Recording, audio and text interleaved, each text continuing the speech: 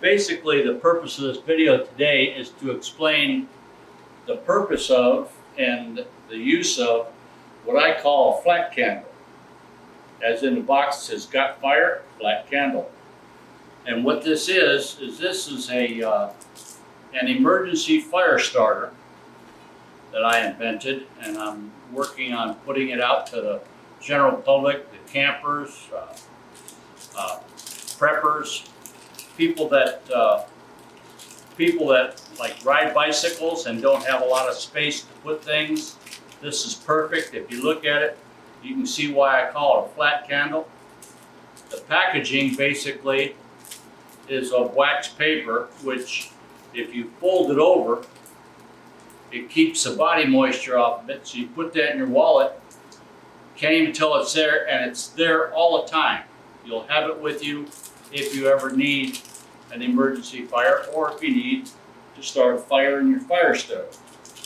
Basically, how this works is there's 6 in a pack, and you take one, tuck it underneath a handful of twigs, a good sized handful of twigs, but you want the kind of twigs that you find that birds pick up to put in their nest, very fine, very dry, and you'll find them, the yard is full of them after a storm if you have trees at all, or if you run off the road and you're needing to start a fire, just find some trees, they'll have little dead branches. Find the finest, driest branches, maybe even some dry grass.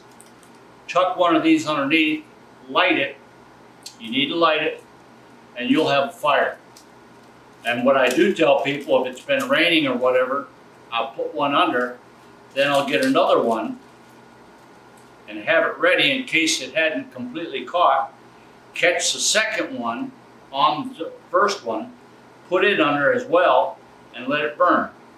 Also, in a situation, you may only have a few matches, so start it with one, light the next one with the one that's already lit, and keep the fire going.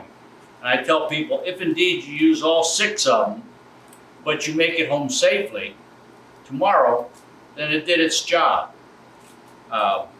Hopefully tonight, make it home safely.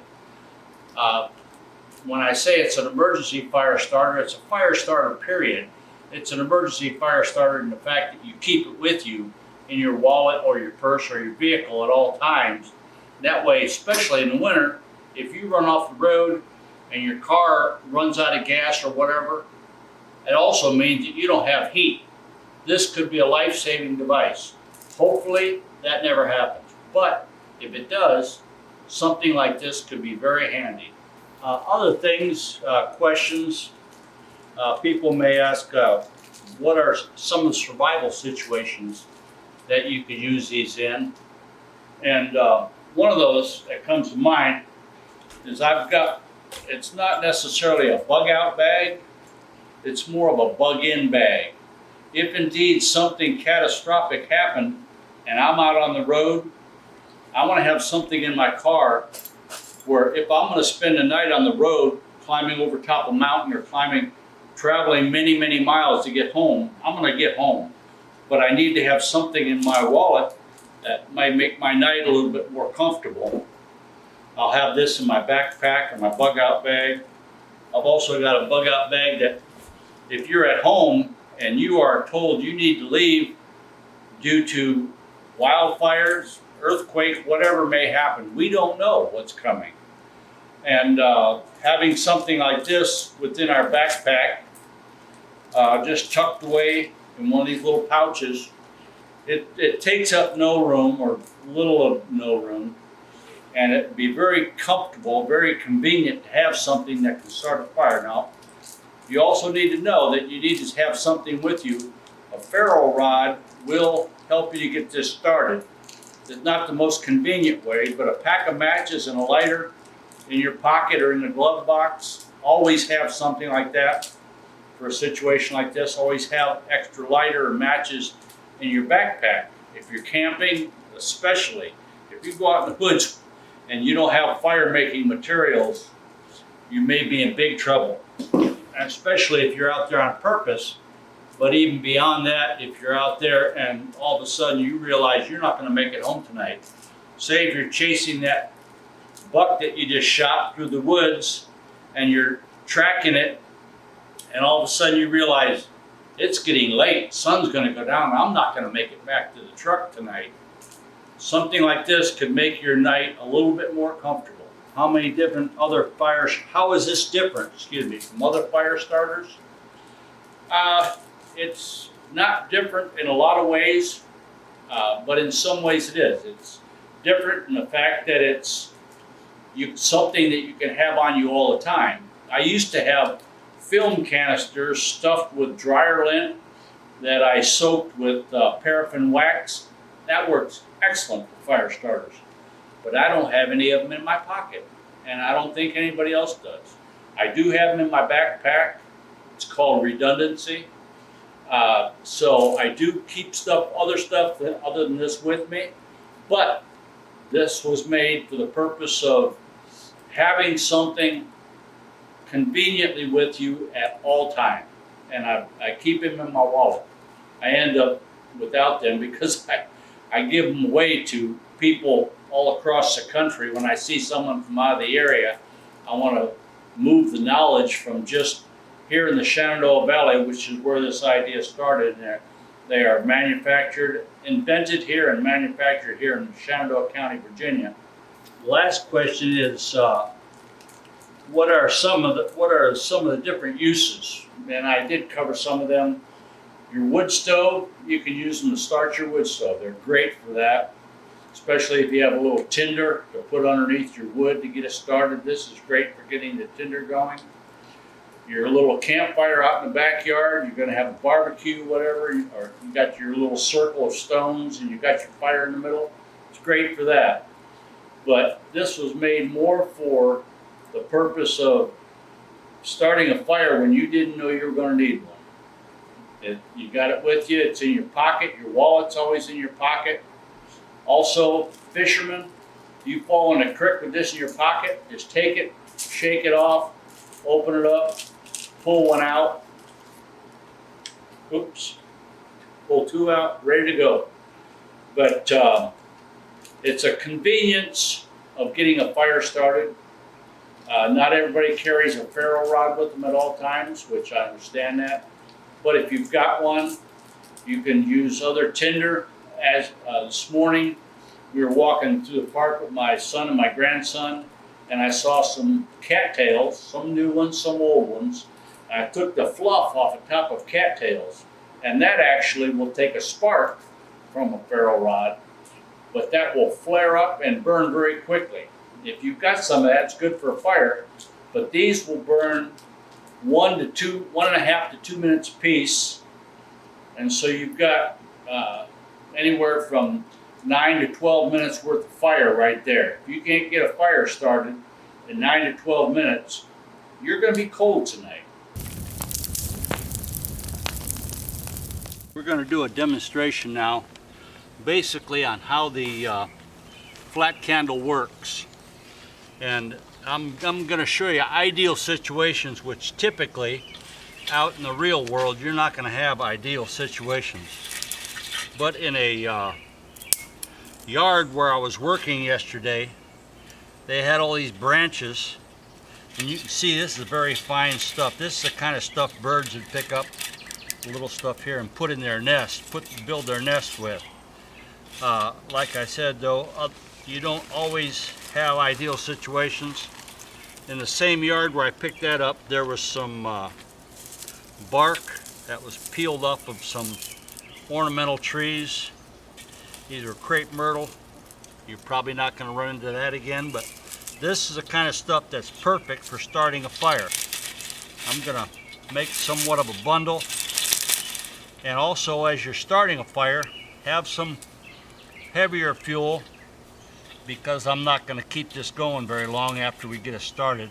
I'm not going to make it very big, but have some heavier fuel with you. Like I said, have it in your wallet. Bend that over, keep the body moisture off of it. Also, I found this morning some fluff from a cattail. I pulled it apart. This is great, and I'll show that too as we're going along. But it flares up, burns very fast. But this is basically how the flat candle works. Take one, put it aside, get another one, light the one,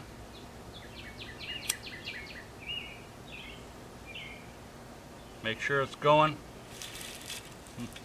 Earlier video, that'll burn 1 to 2 minutes according to the wind. The more wind you got, the faster it's going to burn, if you can get it lit. Wind is not your friend when you're trying to get a fire started. There you can see already, that's taken off.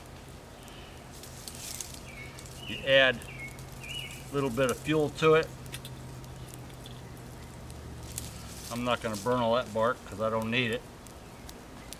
But if you've got a twig and it snaps, it's ready for fire. But you can see how quickly it just takes off. That's with ideal situations. Sometimes you can't find stuff much smaller than this, and you need to, if indeed it's been raining or snowing, what you need to do is try and click branches off of the side of trees or off the side of bushes that haven't been on the ground. Try and keep the minimal amount of moisture. These twigs here yesterday, they had gone through a night of rain, and but what I did is I picked them up and I put them, set them on the back of my black truck, and they dried out pretty good. But you can see it doesn't take much to get a fire going. Now, I was talking about earlier, while you're out on the trail, you're looking for kindling and stuff to get your fire going. This is a cattail that's deteriorating, and I want you to see what happens to a cattail and why, the fact that it's a good thing to have, but also it's something that burns very quickly. See, that cattail is gone in a heartbeat, and that's why it's good to have something that'll burn a bit longer with you.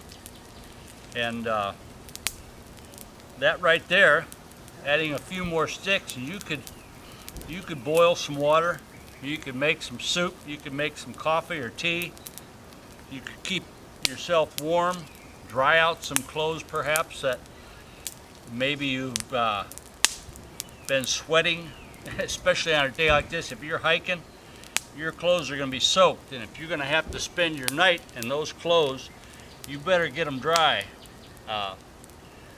Night in damp clothes is very uncomfortable, and this could be a way for you to dry them. That's about all I've got as far as starting a fire. That's how simple it truly is. And with that, what I tell people, if you have to burn all of them, yet you make it home, then we did good. And the fact of the matter is, I hope you never have to start an emergency fire, but if you do, this would be something that make your night a little more comfortable.